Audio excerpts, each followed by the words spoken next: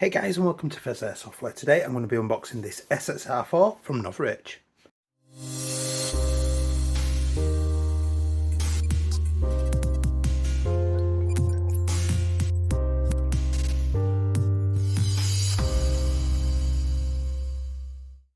Hey guys, and welcome back. If you do enjoy this content today, please do consider liking, commenting and subscribing, because those interactions will help the channel get seen by the YouTube algorithms and help the channel grow. If you use the Linktree link down below, that will take you down to all of my socials, including my Discord, which is a great community to come and join. If you want to support the channel a little bit more, my merch store is on that Linktree link, or the join button is active down below for you to join the channel. 99p a month as a member to get your own custom videos, bloopers, your own giveaways, that kind of thing. Massively appreciated, totally optional, but it is cool if you do that. So before I get into this, massive shout out to my good friend Ads, who has made this happen for me. That he really wanted the Novritsch Ssr4, so we sorted it out, getting hold of one, and I get the chance to not only unbox it but disassemble it as well, which I'm really excited to see how good these are internally. Now, Novritsch, there's obviously a lot out there. I am interested to see what it's like on its own, of its own merits. So I've done sort of like the minimum sort of looking into it really as to what it is. So here's the box. It came via UPS. Unfortunately, the outer box that this came in got a little bit beaten up.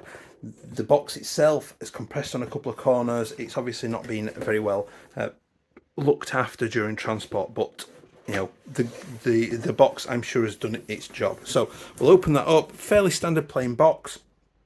We've then got some soft foam inside. We've got our Ssr4 manual there, just having a flick open. Yes, you can see my god awful yellow t-shirt there reflected. Just a little bit of information about it, a few warnings, and a QR link through to their main website to obviously learn how to use it properly. We've then got our mid-cap magazine, which is rather nice looking. We've got the Ssr4 itself, which I'll talk about the particular model in a second.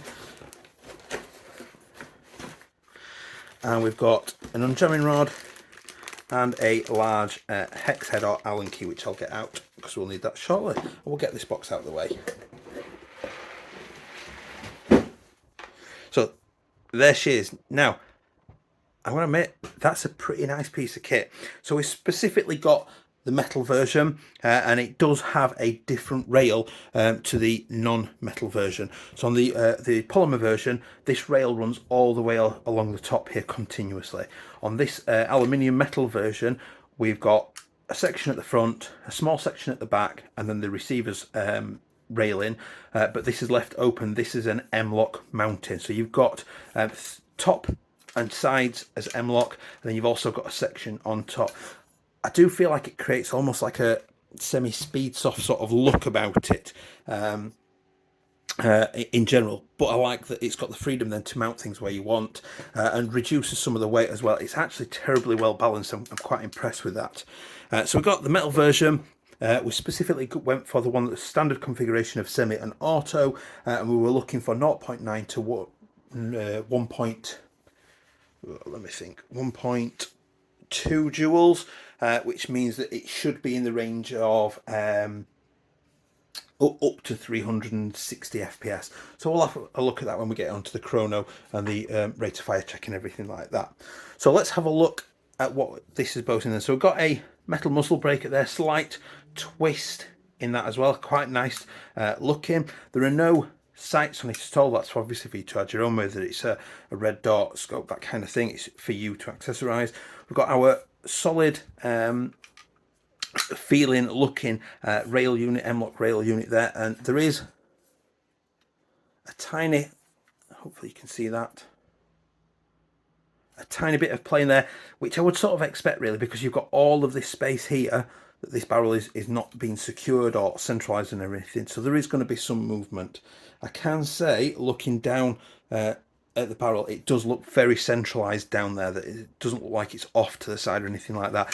The whole thing feels very solid and well built. So moving on to the receiver then, we've got our standard AR type receiver. We've got our ejection port, which does lock the cover back, but doesn't the actual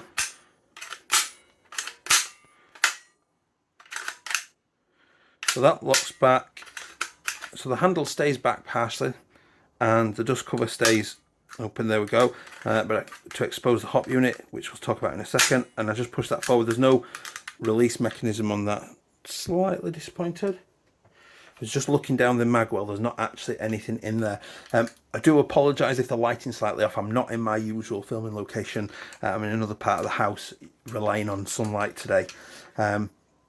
So the charging handle does lock back, but it seems to be more friction based than actual locking feature. Slightly disappointed in that, but it's not a deal breaker. And that just clicks back forward again when you push it. But it does feel quite satisfying to push. Now the hop unit itself is a rotary style, and it is down to apply hop, so rolling down to apply hop in this model. It does look like there was some element of hop already applied, because that was quite a way down. So the ejection port goes back up, cover, and doesn't open with the charging handle.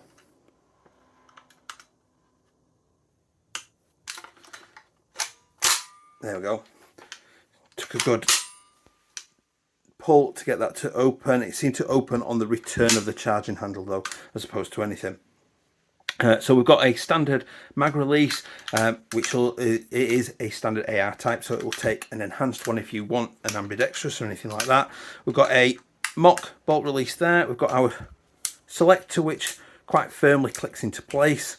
Needs a little bit of pressure, as you would expect, to get that to click round. We've got what I'm going to have to admit is a rather nice and comfortable pistol grip there to get my hand over. A little bit of texturing just to help with grip is lovely, and the trigger itself is a flat trigger and does feel nice to click and pull. Not ideal trigger discipline there, I know. So we've then got a Sling Mount, which is a quick detach type. So you will need the loop. I'll put a link down to the kind of thing that you need, and that will just click into place, meaning that you can mount a sling on either side of this stock. The stock itself, there is, as you can see, a little bit of wobble. Now I am sure a little bit of layered up duct tape on there, just to give it a little bit more friction, or even just electrical tape will sort that out. But it doesn't detract from the use of it in anything. So it is just adjustable by clicking the handle there, and it is quite a smooth operation as well. And we've got further quick detach points on the back of the stock there.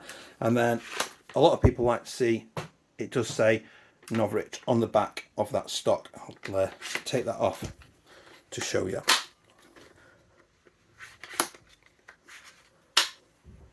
So it has got Novritsch on the back there. So in terms of feature set then, it has got a quick change spring, which we'll look at shortly after the shooting tests and things like that. It has got a programmable MOSFET as well, which has got 3-round burst, binary trigger, and customizable pre-cocking, as well as active brake and battery protection in there. You know, a lot of these features are things that you are going to want to have anyway in them, and would probably expect to pay a lot higher price for this sort of setup. It's also got a 6.03 Type ball barrel in it as well, so it's got a lot of, you know, it's boasting quite a lot of good features in there. I can't deny there is some really cool features in there, and I'm impressed with this so far. So what I'm going to do is I'm going to go and do the shooting test, see how it performs, and then we'll come back, we'll see where we're at, and we'll have a look at the quick change, do the gloved operation, we'll have a look at the battery capacity space, and see how we get on.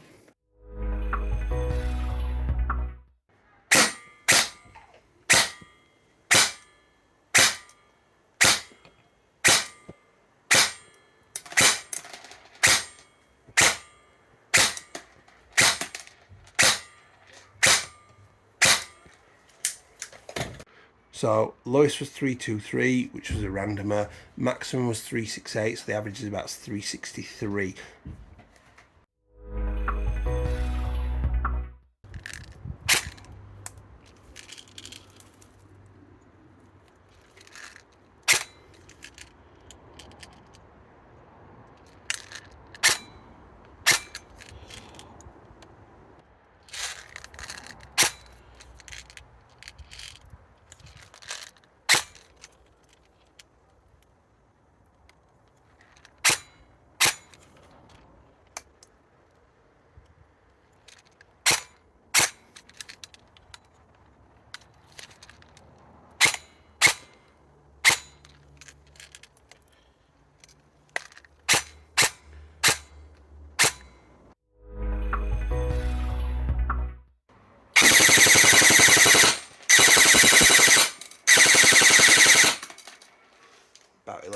second.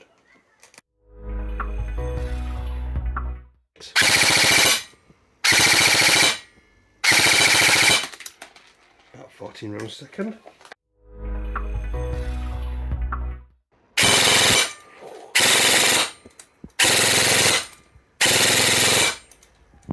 So I am back from the Chrono then and range testing. So in terms of Chrono then, it was anywhere between, the system took it as anywhere between 0.9 and 1.2 joules of energy. So we ended up coming out with an average of 363 FPS, which for the UK out of the box, most sites are not going to allow that. Some certain sites will do, but not all sites. There was one low ball randomer that come in there at 323 FPS, but most were, the highest was 363, but the average was about 363. So I think that's more luck of draw than anything. That's just where we've ended up with. So a quick change, spring in the back, and we'll be absolutely fine, and we'll be up and running. In terms of rate of fire then, just to warn you, there wasn't an 8.4 volt NIM in there because it just would not accept that battery. It's fully charged. I believe that, I'm guessing that's down to the volt protection, the battery protection in the MOSFET built in the ETU. I'm guessing it just doesn't like that particular battery. It's probably not set up for NIM type batteries. So it did manage to get 7.4, was giving us about 11 rounds per second. I did use both the Novmag, which fed lovely, and a SEMA high cap as well, and that fit and fed lovely. And a Nuprol AR high cap, and that fit and fed lovely as well. So moving on to 9.6, we're getting about 14 rounds per second, which was pretty nice. 11.1 is where it absolutely came alive though, and that sort of just really tore away. So we're getting about 21.5 rounds per second, and I think other people have said it's about 22 rounds a second. So I'm definitely going with that. And I felt like at that point it was really like, whew, it was nice. So I was quite impressed with that. So range wise then, easily 45-50 meters without question, without a doubt. It shot really lovely. It hopped really well. You know, it didn't take much adjustment, and I was flinging 0.25s out there, and there was still a lot more adjustment left in that hop. So I was happy that it will fly you know, significantly heavier BBs without any real issues at all, as and when I need it. So that's the sort of performance things. We'll have a look at the battery compartment then before we get onto the battery space. So there is no space in this stock to store a battery, unfortunately, none at all. It is a lovely stock, it's very compact, but there's no storage in there. So the kind of things I brought to have a look at, we've got a long thing, 1200, which is far too long. Now that will be absolutely fine if you don't mind having the stock most of the way extended all the time. That would fit in there moderately well. I've then got a 1200 milliamp stick lipo, which will more than easily fit in there. Obviously the wrong connector type on this, but there is even enough room in there to pretty much get the connectors inside the stock tube, meaning then that if you wanted fully collapsed or maybe a touch extended to the first position, and just to confirm, it is a 6-position stock. That is 6 positions you can see there. You know, that is a good option. Again, I will put links to all of these batteries down there. I've then got an 1100 11.1, which will perfectly sit in there, and there is room for the connectors to go as well, meaning that this for me would be an ideal choice without swapping the stock to something like a crane stock that has much higher or better battery compartment space in there, because you can run the battery down either side of the stock. I will show you, grab and show you a crane stock battery. So the typical one that I do as part of the rate of fire tech then is the Nuprol 2200 milliamp 7.4. That's crane stock, so it's 2 little separate bits. That will also go in there, leaving the wiring will need to be hung out at the end a little bit at this far end. So obviously it's just something to think about once you are, if you're getting this and you're planning on doing it. For me, the best choice will be those Nuprol 11.1s. Again, I'll make sure there's links to all of these batteries in the description down below. So that's that then. The next part then is the quick change spring. Now I believe Get this out. Unusually long hex head. Now let's see if that will go all the way down there. Now if you look down the stock tube, you can see that there is an X head screw. So I've inserted that. I can see that it's in that screw. So I'm just going to undo that. And that should then release the stock tube off. So you will need to remove the stock tube. There it goes. To do this. There we go. Take this out of there. So there is our stock tube, which has got an adjustable nut on the end so we can tighten it back down if the screw won't allow it to tighten down. We can then, I believe, use this same tool. We just push it into the spring guide. It is a quarter twist anti-clockwise, and then the spring guide and the spring come out. We can then chuck in a new spring and then compress this back in.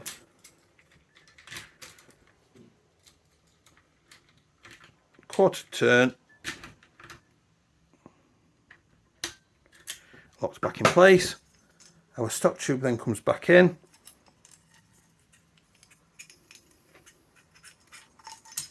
Now I do like that they've got the cutouts here as well at the bottom to allow the wires to safely sort of go in without getting nipped, crushed or anything like that. And the last thing is to drop your retainer and screw back in place. Now I've just gone off camera. I'm finding that jiggling it about a little bit just helps it to drop into place. I'm just going to insert the tool back into the screw just to help locate it. Now if it helps, sometimes what I find helps if I get the screw in the plate. In fact, I'll tell you what, let's show you this instead. Let's push them back out. There we go. Now, down in here, just inside there, I'm hoping, I can't see it properly on the camera there, but there is a lip just inside there. It's probably not even quite an inch inside of there. There's just a little lip in there. Can we see that? Hopefully I can see that. The screen's darker than it probably should be. But there's a little lip, and this will sit against that lip from the inside.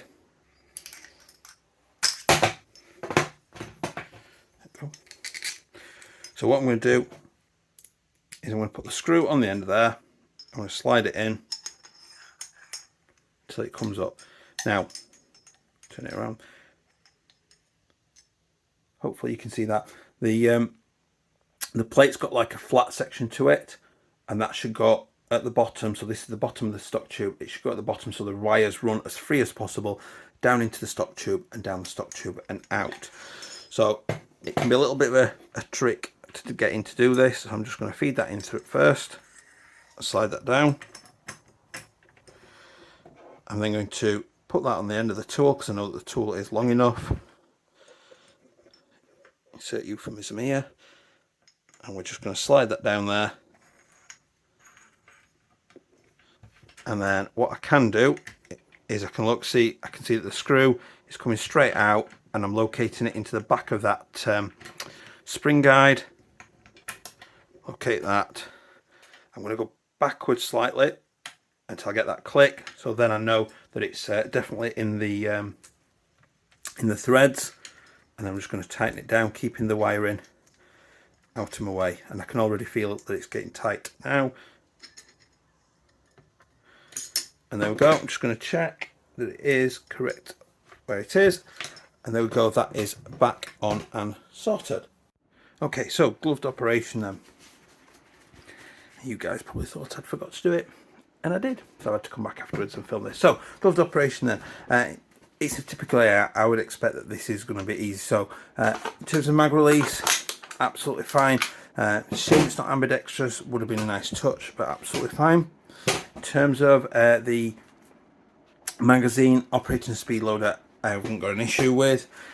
Charging handle, absolutely fine, and I can adjust the hop. Now, I couldn't tell you how much I have adjusted it. I can tell that I'm adjusting it, but I can't tell how much adjustment's in there. So it would have to be, you know, sort of carefully done, really, doing that. But I could definitely adjust that hop unit with gloves on. Push it in that back. I haven't got an issue with any of that whatsoever at all. Selector, absolutely fine, works perfectly. Stock as well, I can operate all of those features without any issue whatsoever. In terms of a battery change, now I will hand it to it, the stock is nice to get on and off.